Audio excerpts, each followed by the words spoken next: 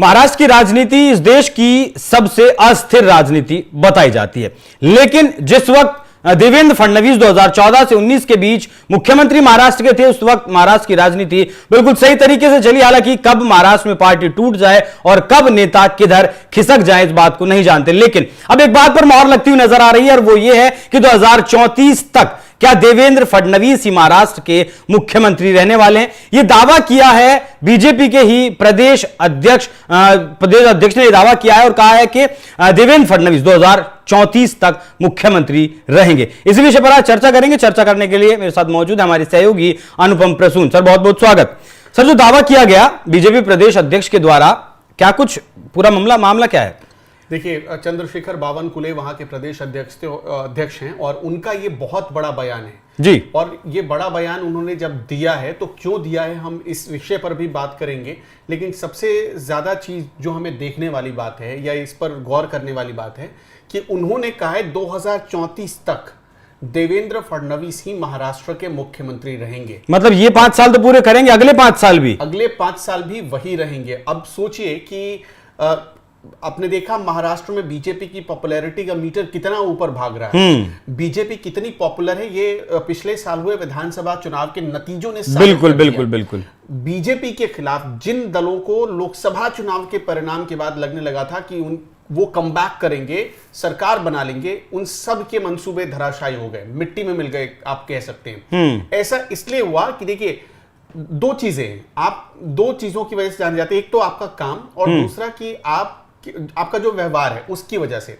इन दोनों मामलों में, इन दोनों चीजों में देवेंद्र फडणवीस टॉप के निकले और इसी वजह से जब मुख्यमंत्री चुनने की बारी आई तो बीजेपी ने देवेंद्र फडणवीस को ही मुख्यमंत्री चुना।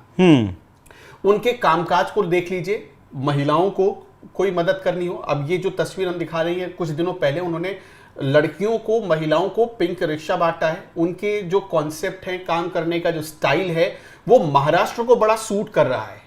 इसी वजह से महाराष्ट्र में अब जिस महाराष्ट्र में लोग ये कहते थे ना, जैसे विदर्भ का इलाका देख लीजिए, जहां सूखा अकाल पड़ा रहता था, वहां पर तो सब ठीक हुआ ही। वहां पर सड़क कभी नहीं थी, वहां पर सड़क भी बनी और वहां पर एयरपोर्ट भी बना।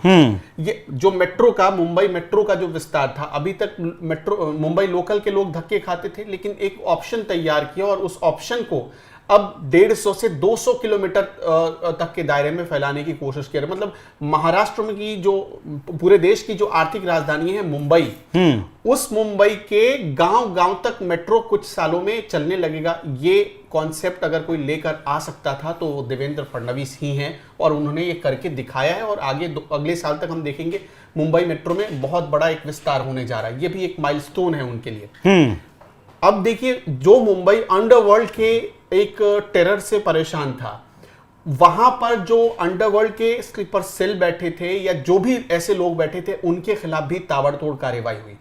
देवेंद्र फडणवीस जब से सत्ता में, ये 2014 से 19 की बात मैं कर रहा हूं, जब सत्ता में आए तो उन्होंने जीरो टॉलरेंस वाली पॉलिसी अपनाई। जीरो टॉलरेंस की पॉलिसी का असर ये रहा कि जो करप्शन के केसेस आए, उन करप्शन के केसेस पर बहुत बीजेपी की सरकार ने बहुत अटैकिंग तरीके से काम किया और महाराष्ट्र के अधिकारियों में एक मैसेज ये पहुंचाया कि अगर कोई बेईमानी की, लूट खसोट या भ्रष्टाचार में हाथ डाला तो खैर नहीं है। ये उनका काम करने का जो स्टाइल था, उसे महाराष्ट्र की जनता ने दिल से लगाया।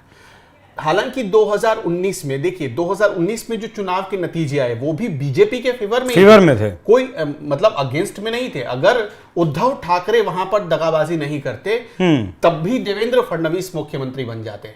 लेकिन चूंकि वो प्रीपोल अलायंस तो था नहीं जी, पोस्टपोल अलायंस नहीं था, वो प्रीपोल अलायंस था और वहां पर ये काम नहीं बना या मुख्यमंत्री नहीं बन पाए देवेंद्र फडणवीस या बीजेपी या एनडीए की सरकार नहीं बन पाई। इसके सिर्फ एक कसूरवार थे, वो थे उद्धव ठाकरे।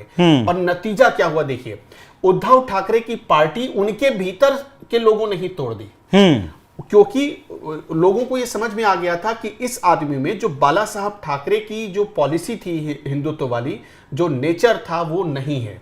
ये आदमी, बाला साहब ठाकरे के आगे लोग झुकते थे, लेकिन ये आदमी हर किसी के आगे झुक जाता है। पार्टी टूट गई। उसके बाद जो पार्टी टूटी, उसने किसका नेतृत्व पसंद किया? देवेंद्र फडणवीस का। और एक सरप्राइजिंग चीज इसमें यह है कि देवेंद्र फडणवीस 2034 तक मुख्यमंत्री रहेंगे। जब बीजेपी के महाराष्ट्र प्रदेश अध्यक्ष चंद्रशेखर बावनकुले ने बयान दिया, तो उसी शिवसेना गुट से जो टूट कर लोग आए उन्होंने क्या बयान दिया? उन्होंने कहा कि हमें कोई आपत्ति नहीं है, देवेंद्र फडणवीस जी पॉपुलर हैं। और इससे एक चीज और पता चलती है, बीजेपी में ऐसे बहुत कम मुख्यमंत्री रहे हैं। आज के टाइम में सिर्फ योगी आदित्यनाथ नजर आते हैं जो 10वें साल को पूरा करने जा रहे हैं। और उसके बाद अगर किसी का नाम आता है आज की तारीख में, अभी तो पहले तो बहुत लोग रहे होंगे, लेकिन आज देवेंद्र फडणवीस दूसरे नाम ऐसे बनकर उभर रहे हैं जिनके ऊपर महाराष्ट्र के लोग आंख बंद करके भरोसा करते हैं और पार्टी भी भरोसा करती है। और यही नहीं, जब भी कहीं भी पार्टी फंसती है तो देवेंद्र फडणवीस को वहां याद किया जाता है। केंद्र में भी या संगठन में भी कहीं पर पार्टी फंसती है तो देवेंद्र फडणवीस को याद किया जाता है। इसका सिर्फ इसकी एक वजह है उनका बिहेवियर, उनका नेचर, और वो जो संगठन पिरोने की जो शक्ति है ना, जो उनके बातों में, जो उनके विचारों में परिलक्षित होता है, इसी का अंजाम है कि बीजेपी ने उन्हें आगे बढ़ाया और आगे बढ़ाती रहेगी। और इसका संकेत चंद्रशेखर बावनकुले अगर बोल रहे हैं तो ये तो हवा में बोल नहीं रहे होंगे, उनको भी ये कहीं से मैसेज आया होगा बिल्कुल कि अगर पार्टी इसी तरह जीतते रहे। अब जैसे क्या कि 2029 में चुनाव होने हैं, 2029 में अब विधानसभा के चुनाव होंगे वहां पर। 2029 में जब वो ये कह रहे हैं तो इसका मतलब कि वो फुल कॉन्फिडेंट हैं इस बात को लेकर कि 2029 में भी बीजेपी जीत रही है महाराष्ट्र में। इससे एक और मैसेज जाता है। और वैसे भी आपने देखा शरद पवार ने सरेंडर कर ही दिया अजित पवार के सामने। जो कांग्रेस बची है, कांग्रेस में अब वो दमखम वहां महाराष्ट्र में बचा नहीं है। जो एनसीपी का तो आपने हाल देखे, उद्धव ठाकरे का हाल भी इस विधानसभा में लोगों ने देख ही लिया है। तो कुल मिलाकर जो लब्बो-लुआब यही है इस पूरे मामले का कि पूरे महाराष्ट्र में एक ही उभरता हुआ लीडर दिख रहा है जो महाराष्ट्र को संभालने की ताकत रखता है या अच्छे से संभाल रहा है, चला रहा है, वो देवेंद्र फडणवीस है। और किसी हर धर्म को लेकर, हर जाति को लेकर आगे बढ़ रहे हैं और इसी वजह से देवेंद्र फडणवीस पसंद बनते जा रहे हैं। और बिल्कुल मोदी के स्टाइल में वो काम कर रहे हैं, मोदी को फॉलो करते हुए मोदी के स्टाइल में काम कर रहे हैं। और आप जब देखेंगे, जब मोदी गुजरात के चीफ मिनिस्टर हुआ करते थे, उस दौरान जो उनके काम करने का स्टाइल था, जो उनकी पॉलिसी थी, जो अधिकारियों से डीलिंग थी, जो पॉलिसी थी, वो और देवेंद्र फडणवीस की पॉलिसी में बहुत हद तक आपको समानता नजर आई।